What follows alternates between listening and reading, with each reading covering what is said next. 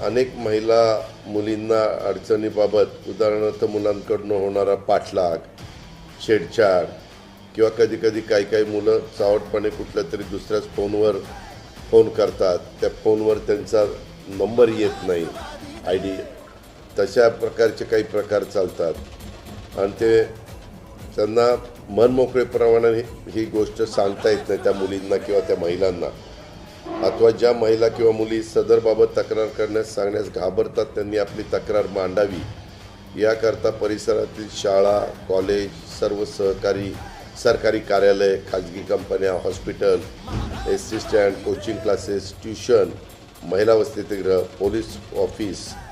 Post office या ठिकाणी पोलिसांमार्फत शक्ती box तक्रार पेटी, म्हणजे मी आत्ता नावं घेतली त्या ठिकाणी शक्ती बॉक्स तक्रार पेटी ठेवण्यात येईल. सदर बॉक्समध्ये मुलींवर होणारे अत्याचार,